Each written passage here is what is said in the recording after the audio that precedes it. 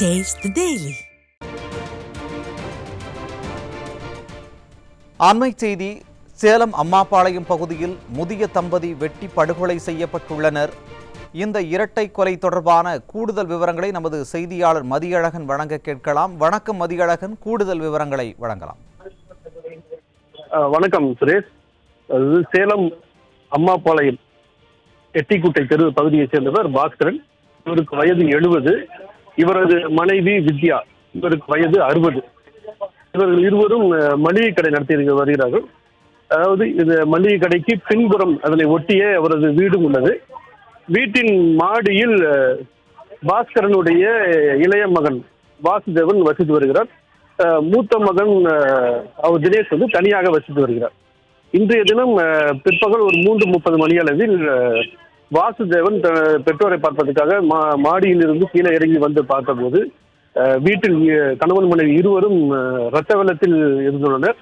வித்யா அங்கு வீட்டில் சம்பவ இடத்திலேயே இறந்து கிடந்த நிலையில் பாஸ்கரன் மற்றும் உயிருக்கு ஆபத்தான நிலையில் துடித்துக் கொண்டிருக்கிறார். உடனடியாக பாஸ்கரனை 108 ஆம்புலன்ஸ் மூலியமாக அவர்கள் சிகிச்சைக்காக சேலம் அரசு மருத்துவமனைக்கு அவர்கள் கொண்டு சென்றிருக்கிறார்கள். ஆனால் கொண்டு செல்லும் வழியிலேயே பாஸ்கரன் உயிரிழந்ததாக அரசு மருத்துவர்கள் உறுதி செஞ்சிருக்கிறார்கள். இது மட்டும் இல்லை, இது தொடர்பாக சூரமங்கலம் போலீசார் தகவல் தெரிந்து சம்பவ இடத்திற்கு விசாரணை மேற்கொண்டிருக்கிறாங்க. முதல் கட்டமாக இறந்து போன வித்யாவின் சடலத்தையும் அரசு மருத்துவமனைக்கு கொண்டு சென்றிருக்கிறாங்க. 2 சடலமும் தற்போது மருத்துவமனையில் உள்ள உடற்கூறு ஆய்வு மையத்தில் வைக்கப்பட்டிருக்கிறது.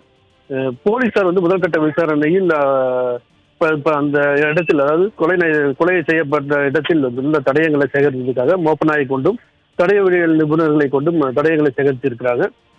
அது மட்டுமல்ல, இந்த கொலை என்ன மதிய அளவில், அதாவது உணவு சாப்பிடும் வேளையில் நடந்திருக்கலாம் என்று தெரிய வந்திருக்குது. ஏன்னா கொலை நடந்த இடத்தில் பார்க்கும்போது சாப்பாடு தட்டுகள் உணவு அறையிலேயே இருப்பது அங்கு தெரிஞ்சிருக்கிறது. அதனால் சாப்பிட்டுக் கொண்டிருக்கும் போதே அவர்கள் வெட்டி படுகொலை செஞ்சிருக்கிறாங்க என்பது தெரிய வந்திருக்குது.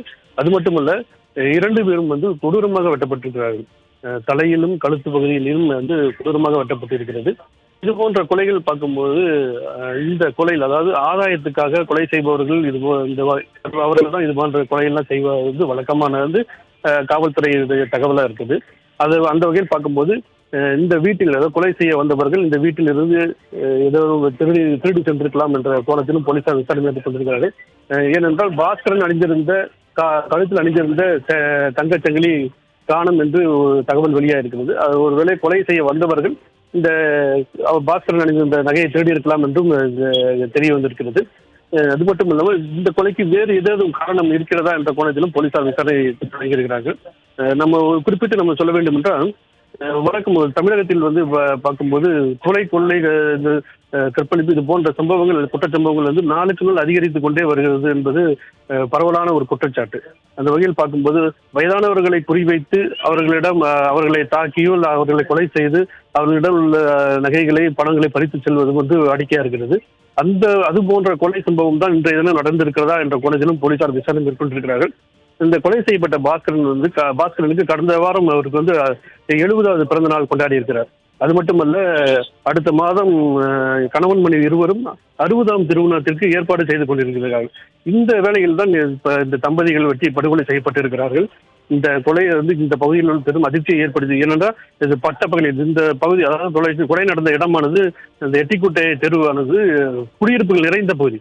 கிட்டத்தட்ட 1000க்கும் மேற்பட்ட குடியிருப்புகள் இருக்குது. அது மட்டும் இல்ல, பாஸ்கரன் வசித்த அந்த வீட்டின் அருகிலேயே மேலும் 2 வீடுகள் அந்த காம்பவுண்டுக்குள் இருக்கிறது. இந்த நிலையில தான் பட்டப்பகலில் இந்த கொலை அடங்கியிருக்கிறது. கொலை செய்ய வந்தவர்கள் வந்த உடனே அந்த கொலையை நிகழ்த்தி இருக்கலாம் என்பதால் வெளியில் சத்தம் எதுவும் கேட்கவில்லை அதன் காரணமாக அது இருக்கலாம் என்று தெரிய வந்திருக்கிறது. ஆனால் இது போன்ற கொலையை செய்பவர்கள் அதாவது கூலிப்படையினராக இருக்கலாம், அல்லது கொலையை செய்து நகையை திருடி போறவர்களாக இருக்கலாம். அது போன்ற நபர்களால் தான் இந்த மாதிரியான கொலைகள் நிகழ்த்த முடியும். அது ஒருவேளை அந்த போன்ற குற்றச்சம்பவத்தில் ஈடுபட்டவர்கள் திருடத்துக்கு வந்திருக்கலாம் என்ற கோணத்தில் போலீசார் விசாரணை மேற்கொண்டிருக்கிறார்கள். இந்த கொலையாளிகளின் அடையாளத்தை காண்பதற்காக இங்குள்ள பகுதியில் சிசிடிவி கேமராக்களையும் ஆய்வு செய்திருக்கிறார்கள். அது தொடர்ந்து வரிசையாக இந்த தெருவில் உள்ள அனைத்து சிசிடிவி கேமராக்களும் ஆய்வு செய்யப்பட்டு வருகிறது. இதுவரைக்கும் எத்தனை பேர் வந்தார்கள், யார் இந்த கொலையை நிகழ்த்தினார்கள் என்ற விவரம் முழுமையாக அறியப்படவில்லை. அநேகமாக கூடிய சீக்கிரம் அது யார் என்பது தெரிய வந்தது சுரேஷ். ஆனால் இது போன்ற கொலைகள் என்பது அதுவும் பட்டப்பகலில் நடக்கிறது, குடியிருப்பில் அதிகமாக இருக்கிற குடியிருப்பில் நிறைந்த பகுதியில் நடந்து கொண்டிருக்கிறது.